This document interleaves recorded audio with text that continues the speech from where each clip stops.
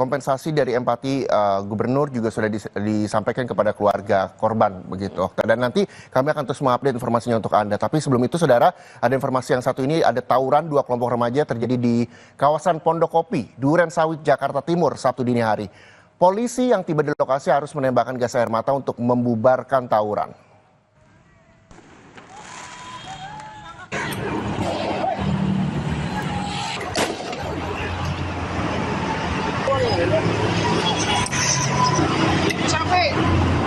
Dua kelompok remaja ini tawuran menggunakan batu, petasan hingga senjata tajam di Jalan Igusti Ngurah Rai, Duren Sawit, Jakarta Timur.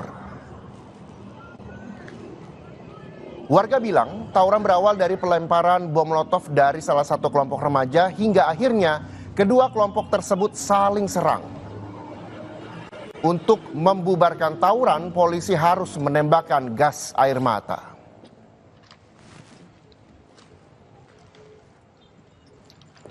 Remaja dari Bintara sama dari dari seberang Pulau Gebang. Iya, tadi sebelum datang dari pihak Polsek ataupun dari polisi itu kurang lebih 10 menit tawuran mereka. Tapi awal mulai itu dari seberang Pak, dari Pulau Gebang.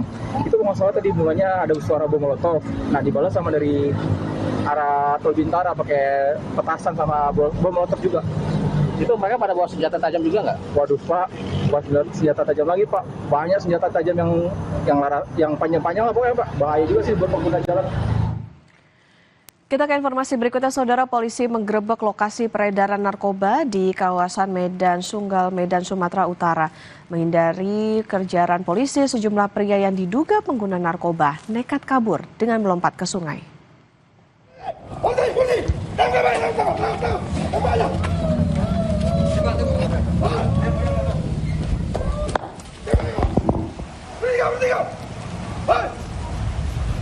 Sejumlah pria yang diduga pecandu narkoba di kawasan Pria Laut Kampung Lalang, Medan Sunggal berlarian ketika mengetahui kedatangan polisi. Beberapa di antaranya bahkan nekat menceburkan diri ke sungai demi menghindari kejaran polisi.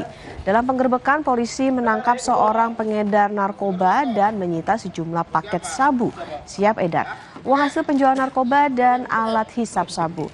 Polisi kemudian menghancurkan seluruh lapak yang diduga menjadi lokasi peredaran narkoba di wilayah itu.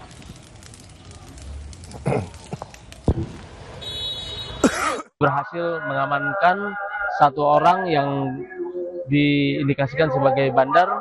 Juga di lokasi kita mengamankan barang bukti berupa poketan sabu, alat isap sabu berupa bong yang kita sudah amankan, dan selanjutnya pelaku dan barang bukti sudah diamankan dan dibawa di kantor untuk dilakukan pemeriksaan lanjutan.